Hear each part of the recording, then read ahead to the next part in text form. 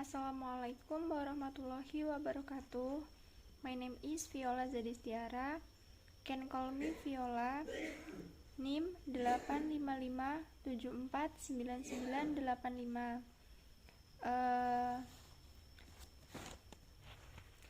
Here I will explain the material about chapter 7 in the English module book, and also I will tell a fairy tale. Di sini saya akan menjelaskan materi tentang bab 3 yang ada di buku modul bahasa Inggris, dan juga saya akan menyampaikan sebuah cerita dongeng. Bab 7, Leisure Activities, kegiatan rekreasi. Apa yang kita akan pelajari sekarang ini adalah tentang hobi. Bagaimana kita mengungkapkan hobi kita.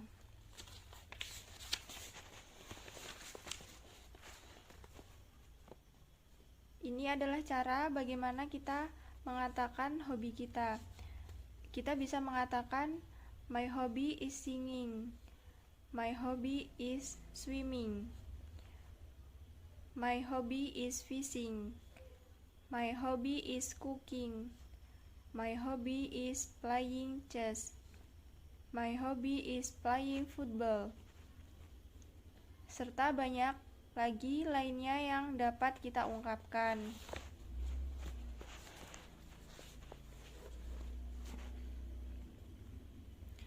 Pola kalimat tersebut tadi bisa juga dibalik menjadi seperti ini.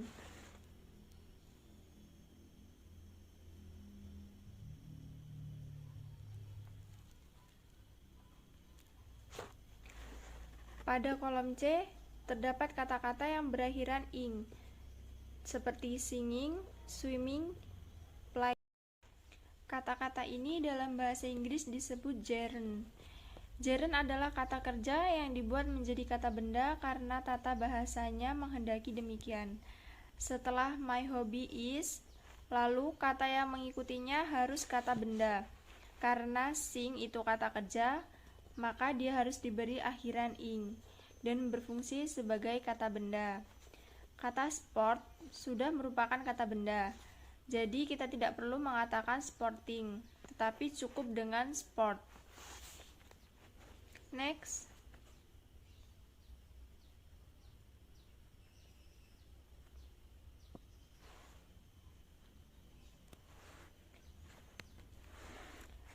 Dalam kalimat tersebut, keterangan waktu yang menyatakan seringnya sesuatu itu dilakukan dinyatakan dengan every Saturday. Bisa mengatakan every Saturday, every Monday, every week, every month. Atau kita juga bisa menggunakan preposisi on, misalnya on Saturdays, on Mondays, dan semua nama hari lainnya, tetapi tidak bisa on weeks, on month. Untuk lebih jelasnya,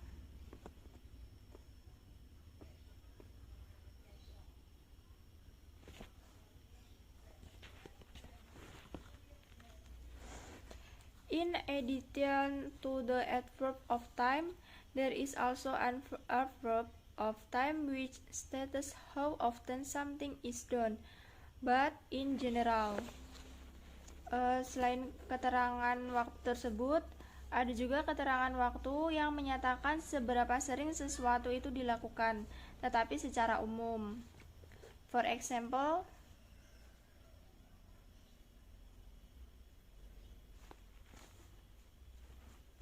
kata yang bergaris bawah adalah keterangan waktu yang menyatakan frekuensi dilakukannya sesuatu itu. Menyatakan seberapa sering menonton televisi itu dilakukan. Karena keterangan waktu ini menyatakan frekuensi terjadinya atau dilakukannya sesuatu itu, maka kata keterangan ini disebut adverb of frequency. Menurut tingkat keseringannya, adverb of frequency ini terdiri dari always, selalu, tidak pernah, usually, biasanya, tidak selalu, kadang-kadang tidak dilakukan. Tingkat seringnya berada di bawah always. Often, sering, namun tingkat seringnya lebih rendah dari usually. Frequently, sering, sama dengan usually. sometimes, kadang-kadang. Kadang dilakukan, kadang tidak. Tingkat seringnya di bawah often dan frequently. Seldom, jarang. Lebih sering tidak dilakukan daripada dilakukan. Tingkat seringnya di bawah sometimes. Rarely, sama dengan seldom. Never, tidak pernah, sama sekali tidak pernah dilakukan. Next, the number 2. What do you do on your spare time? Apa yang kamu lakukan di waktu senggang? It is Sunday, 10 o'clock a.m. Tom is in the veranda. He is playing violin. He often plays violin on his spare time. He plays violin just for hobby. Just a second ago Ian came. Ian is Tom's neighbor. He is also Tom's colleague. They work at the same office but in different departments. Hari Minggu, jam 10 pagi, Tom ada di beranda. Dia sedang bermain biola. Dia sering bermain biola di waktu luangnya.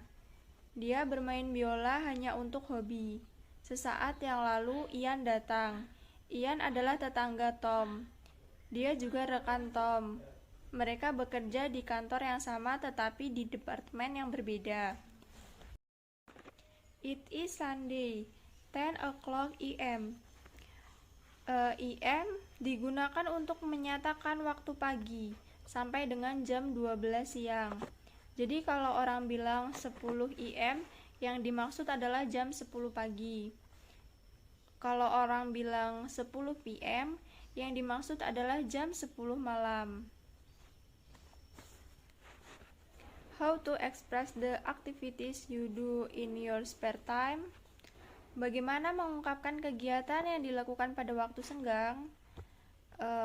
Example, what do you do on your spare time? Apa yang Anda lakukan di waktu luang Anda? I play piano on my spare time. Saya bermain piano di waktu luang saya. I usually practice my violin on my spare time. Saya biasanya bermain biola di waktu luang saya. Next, the number 3 is, what sports are good for kids? Olahraga apa yang baik untuk anak-anak? When should kids start sport? Kapan anak-anak harus mulai olahraga? Part 1. It's not easy to determine how early to start children in organized sport. Children of the same age vary considerably in their physical and psychological maturation, and there is no practical method of measuring maturity. Assuming the child has shown interest, 5 or 6 is the general accepted early starting age for organized team sport. Memang tidak mudah menentukan seberapa dini anak mulai olahraga terorganisir. Anak-anak pada usia yang sama sangat bervariasi dalam pematangan fisik dan psikologis mereka. Dan tidak ada metode praktis untuk mengukur kedewasaan dengan asumsi anak telah menunjukkan minat. 5 atau 6 tahun adalah usia awal yang diterima secara umum untuk olahraga tim terorganisir anak-anak. At the early ages, participation should be limited to sports that involve a lot of physical activity and encourage the development of major motor muscles. Children in grades 1-4 can benefit most from games that are modified to meet their needs and abilities. Play and fun are more important to this age group than high-structured sport that emphasize the outcome rather than the process. Pada usia dini, partisipasi harus dibatasi pada olahraga yang melibatkan banyak aktivitas fisik dan mendorong perkembangan otot motorik utama anak-anak. Di kelas 1 sampai 4 dapat mengambil manfaat paling banyak dari permainan yang dimodifikasi untuk memenuhi kebutuhan dan kemampuan mereka. Bermain dan bersenang-senang lebih penting untuk kelompok usia ini daripada olahraga yang sangat terstruktur yang menekankan hasil daripada proses. Parents and coaches are usually the ones concerned about winning and losing when helping your child select a sport. Keep balance in mind and encourage your children to try many sports and activities when young and not to think of specializing or playing competitively until they reach middle school. Orang tua dan pelatih biasanya adalah orang-orang yang peduli tentang menang dan kalah saat membantu anak memilih olahraga. Ingatlah keseimbangan. Dorong anak-anak untuk mencoba banyak olahraga dan kegiatan ketika muda dan tidak terpikir untuk mengkhususkan diri atau bermain secara kompetitif sampai mereka mencapai usia menengah sekolah. Make sure a balance also occurs between adult organized activities and free playtime. Children need time to just be kids and to play with other kids without a set of rules or adult involvement. Pastikan keseimbangan juga terjadi antara kegiatan yang terorganisir orang dewasa dan waktu bermain bebas. Anak-anak membutuhkan waktu untuk menjadi anak-anak dan bermain dengan anak-anak lain tanpa seperangkat aturan atau keterlibatan orang dewasa. When should kids start sport? Kapan anak-anak harus mulai olahraga? Part 2. The most important decisions to make are which youth sport organization and which coach are best for your child. Make sure that you take the time to find out about the language, its leader and coach. Better yet, get involved and volunteer to coach.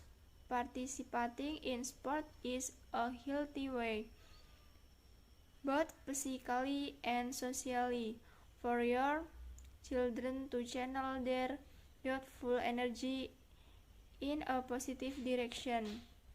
Make sure your children's first experience encourage them to begin a lifelong interest in physical activities and good health. Keputusan paling penting yang harus diambil adalah organisasi olahraga pemuda dan pelatih mana yang terbaik untuk anak. Pastikan kita meluangkan waktu untuk mencari tahu tentang liga, para pemimpin dan pelatihnya lebih baik lagi. Terlibatlah dan menjadi sukarelawan untuk melatih. Berpartisipasi dalam olahraga adalah cara yang sehat, baik secara fisik maupun sosial, agar anak-anak menyalurkan energi masa mudanya ke arah yang positif. Pastikan pengalaman pertama anak-anak adalah mendorong mereka untuk memulai minat seumur hidup dalam aktivitas fisik dan kesehatan yang baik.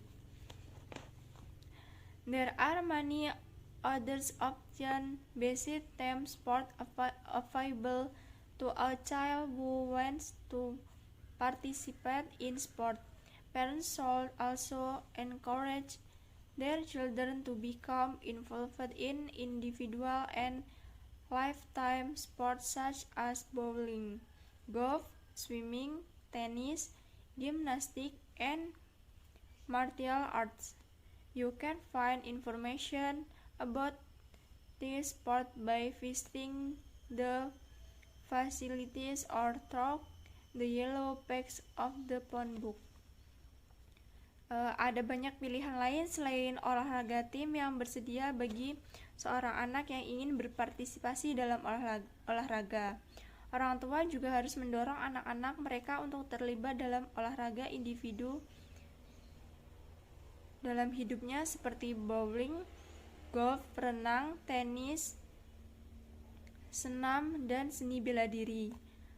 Kita dapat menemukan informasi tentang olahraga ini dengan mengunjungi fasilitas atau melalui halaman kuning buku telepon.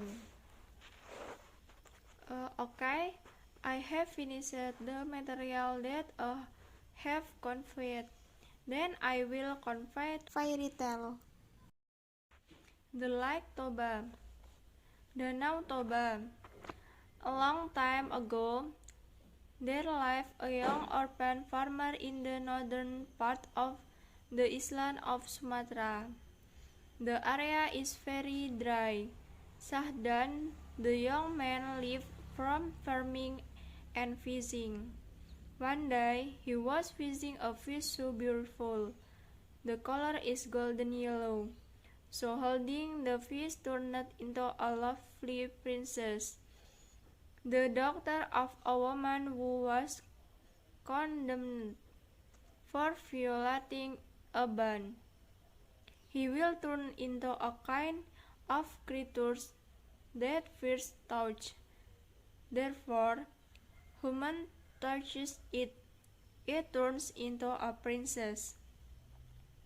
Pada zaman dahulu, hiduplah seorang pemuda tani yatim piatu di bagian utara Pulau Sumatera.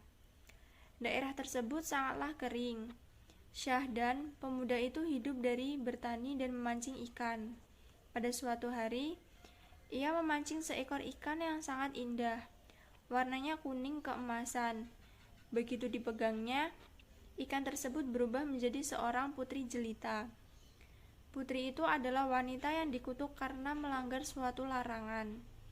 Ia akan berubah menjadi sejenis makhluk yang pertama menyentuhnya. Oleh karena itu yang menyentuhnya manusia, maka ia berubah menjadi seorang putri.